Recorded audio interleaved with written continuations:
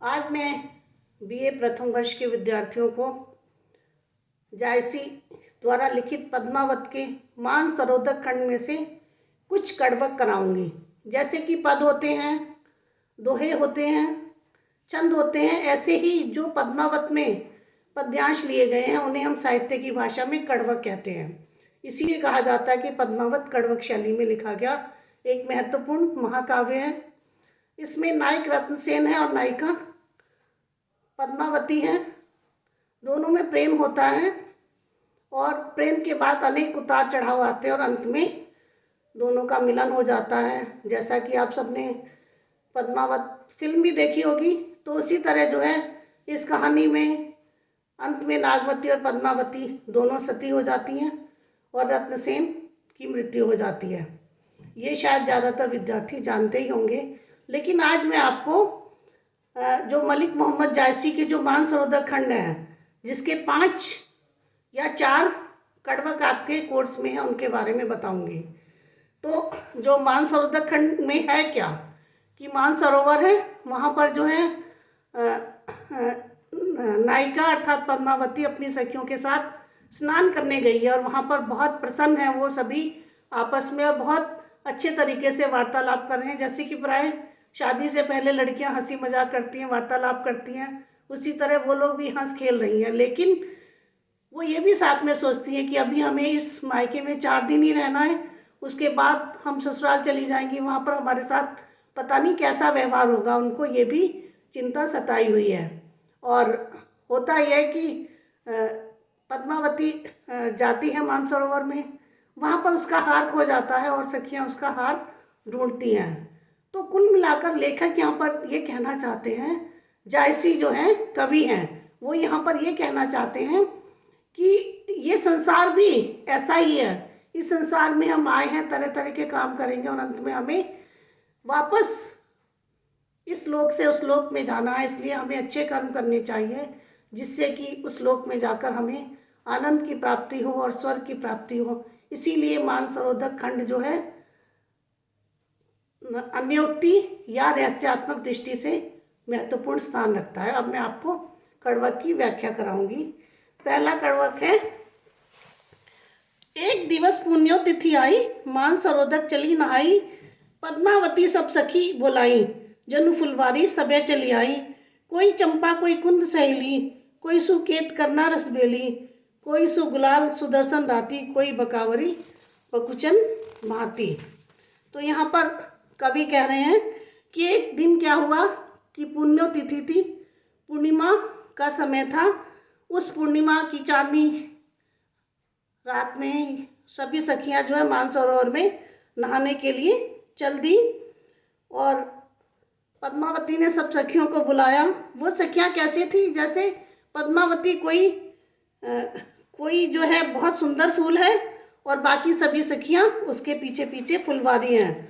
तो उनका क्या क्या नाम दिया उन्होंने कि कोई चंपा की तरह लग रही है सुंदर, कोई सहेली कुंद के फूल की तरह लग रही है, कोई केत की तरह लग रही है, कोई रस की भरी हुई बेल लग रही है, कोई गुलाल है, कोई देखने में बहुत सुंदर है, कोई बकावरी के फूल की तरह है, कोई मौनसरी की तरह है, कोई जूही की तरह है, कोई सोनजरद की तरह है, कोई केसर की तरह है, कोई सिंगार हार की तरह है, कोई नागेसर की तरह है, कोई कूजा है, कोई चमेली है। इस तरह तरह की वो बेल है, वहाँ पर तरह तरह के फूल हैं, वो तरह तरह की बेल है, मतलब सुंदर सुंदर वो कन्याएं जो है बहुत सुंदर सुंदर है जो पद्मावती की सखियां हैं।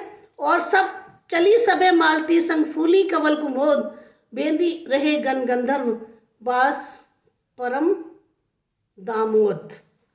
तो यहाँ पर कवि कहना चाह रहे हैं कि वे सभी जो सखियां पद्मावती के साथ ऐसे चली जैसे पद्मावती कमलनी है, कमल का फूल है, और बाकी सहेलियां जो कुमुदनियां हैं और उसके साथ चलते हुए बहुत ही सुंदर लग रही हैं। उनकी सुगंध से और उनके आमोद प्रमोद से सारे गंधर्वगण प्रभावित हो रहे हैं, सारे गंधर्वगण प्रसन्न हो रहे हैं। तो यहाँ पर जो है जायसी ने केवल नाम परिगणन शैली का प्रयोग किया, अर्थात उन्हें ये ज्ञान है कि कौन कौन तरह के फूल होते हैं, किस किस तरह की बेल होती है, उनमें क्या क्या सुगंध होती है, उनकी क्या क्या गुण होते हैं। इस तरह से उन्होंने नाम परिगणन शैली से सखियों के गुणों के बारे में वर्णन किया है। श्रृंगार रस का यहाँ पर पूरा उल्लेख किया गया है और मसनवी शैली का प्रयोग हुआ है, अवधी भाषा का प्रयोग किया गया है और नायिका सौंदर्य यहाँ पर दर्शाने का पूर्ण प्रयास किया गया है। इसके बाद क्या होता है, खेलत मान सरोवर गई, जाई पाल जरा ठाड़ी भई, देखी सरोवर हंसे कुलेली, पद्मावती सो कहीं सहेली। तो क्या हुआ कि सब सखियां जो हैं खेलते हुए मानसरोवर में गई और जाई पाल जाकर किनारे पर ठाड़ी वही किनारे पर जाकर खड़ी हो गई। सरोवर जो है उनको देखकर हंसने लगा और वे सरोवर को देखकर क्रीड़ाएं करने लगी।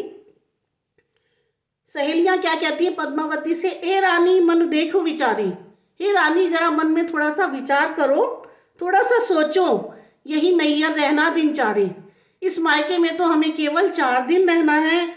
जो लगी अहे पिता का राजू, खेली ले जो खेलो आजो। आज पिता के राज्य में जो चाहे खेल सकते हैं, जैसा चाहे जीवन जी सकते हैं।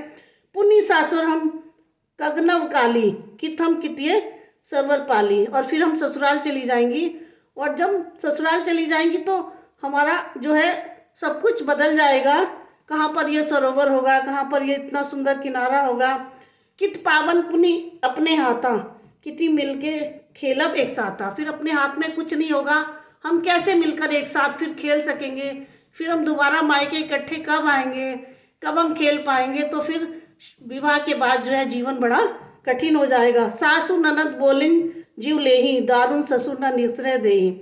और सास और ननद हमसे जो है बड़े कड़वे बोलेंगे, ऐसे बोलेंगे जैसे जीव ले ही, जैसे जो हमारा जिया ही निकाल रही हो। मतलब बहुत हमें वचनों के द्वारा बहुत अधिक कष्ट देंगी।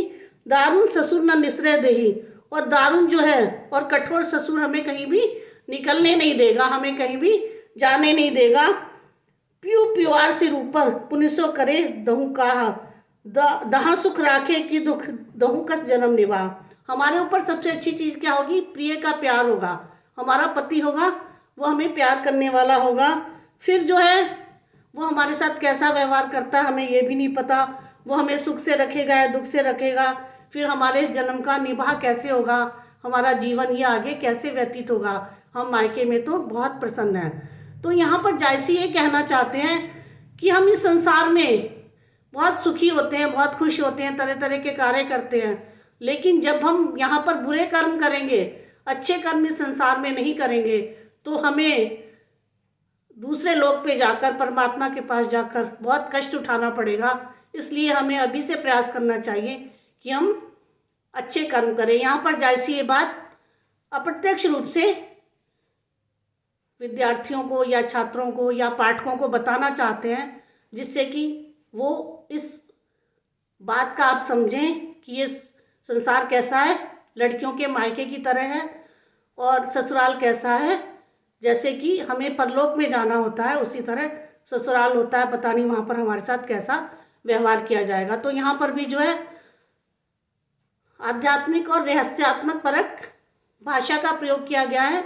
लक्षणा और व्यंजना शब्द शैली का वर्णन किया गया है, और इस लोक और उस लोक की तुलना मायके और ससुराल से की गई है। मिलई रहस्य सब चढ़ई हिंडोरी, झूल लेही सुख बारी भोरी, झूल लेहु नैहर जब ताई, फिर नहीं झूलन देही साई। पुनि सासुर ली राखी तहाँ, नैहर चाह न पाऊ जहाँ, कितिये धूप कहाँ ये छाँ, रहब सखी बिनु मंदिर महाँ। गुण पूछ्यूं लायऊ दोखू, कौन उत्तर पायु तहाँ मोखू। सास ननद के भौं सिकोरे, रहब संकोच धुओ कर जोरे, कितिये रहसी जो आओ करना, ससुरई अंत जन्म दुख भरना। मतलब फिर क्या होगा, हम जो हैं सभी जो यहाँ पर मिलकर बड़े प्रसन्न होते हैं, हिंडोले पे चढ़ते हैं, खेलते हैं, झूल ले ही सुख बारी भोरी। और यहाँ पर जितना चाहे सुख से अपना अपनी बारी, अपनी अपनी जो अपना अपना जीवन है जो सुख के साथ जी रहे हैं, सुख के झूले में झूल रहे हैं। झूली लेहू नैहर जब ताई, यहाँ पर सुख से जीवन झूलो, सुख से सुख रूपी झूले का आनंद लो जब तक इस नैहर में हो, इस मायके में हो। फिर नहीं झूलन दे साई, फिर जो है वो हमें परमात्मा झूलने ही नहीं देगा। अर्थात जब हम इस संसार से जाएंगे तो वहाँ परमात्मा वहाँ पर हमारे कर्मों का हिसाब किताब रखेगा, फिर हमें वहाँ ये सब सुख नहीं मिलेंगे। पुनि सासुर ले राखी तहाँ, ससुराल में हमें ससुर जहाँ मन होगा वहाँ पर रखेगा, नैहर चाह ना पाहु जहाँ, वहाँ पर नैहर जैसे सुख नहीं मिलेंगे। जो मायके में सुख होते हैं वो ससुराल में नहीं मिल पाएंगे। कितनी ये धूप, कहाँ ये छा, कहाँ पर ये धूप होगी, कहाँ पर छाया होगी। मतलब जो यहाँ पर छाया है, माता पिता की छाया है, माता पिता का प्रेम है, जो माता पिता का सुख है, फिर वो वहाँ नहीं होगा। रहब सखी बिनु मंदिर वहाँ, तो सखियाँ जो हैं वहाँ पर कैसे रहेंगी, अपने घर के बगैर कैसे रहेंगी। गुण पूछ्यूं लायु देखो, गुण पूछने पर भी दोष लगेगा। मतलब हम अच्छे कार्य करेंगे तो भी हमें दोष दिया जाएगा। कौन उत्तर पावता हम ओखू, वहाँ पर हमारे जो हम उत्तर देंगे उसको कौन, उसको उत्तर को समझ पाएगा, कोई नहीं समझ पाएगा। सास ननद के भौं सिकोड़े, सास और ननद हमें देखकर भौं सिकोड़ेंगी। रहब संकोच दुबो कर जोरे, और हम संकोच पूर्वक कुछ नहीं कह पाएंगे और दोनों हाथ जोड़कर हमेशा उनकी सेवा में उपस्थित रहेंगे। कितनी ऐसी जो आऊ करना, ससुरई अंत जन्म दुख भरना। फिर पता नहीं कब हम वापस अपने मायके आ पाएंगे। फिर जो है ससुराल में ससुर के साथ ससुराल में रहकर इस जन्म के दुखों को पूरा करना पड़ेगा। कित नहर पुनि आओ, फिर दोबारा हम मायके कब आ पाएंगे। कित ससुर ये खेल, और फिर जो है इस प्रकार के खेल हम ससुराल में कहाँ खेल पाएंगे।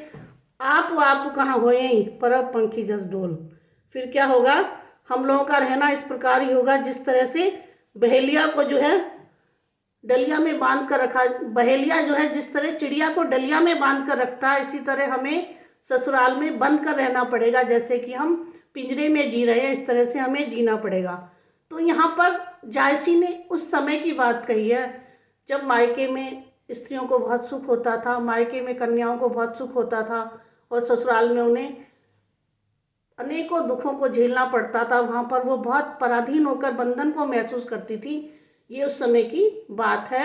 इसीलिए जायसी ने उन तत्कालीन परिस्थितियों में ये बताने का प्रयास किया है कि जो लड़कियां हैं मायके में कितनी खुश रहती थी और ससुराल में जाकर उन्हें तरह तरह कष्टों का सामना करना पड़ता था। लेकिन जहाँ तक मैं समझती हूँ अब तो ऐसा नहीं होता बच्चों। अब तो बहुत समय बदल गया है। लड़कियां जो है ससुराल में भी खुश रहती हैं, मायके में भी खुश रहती हैं।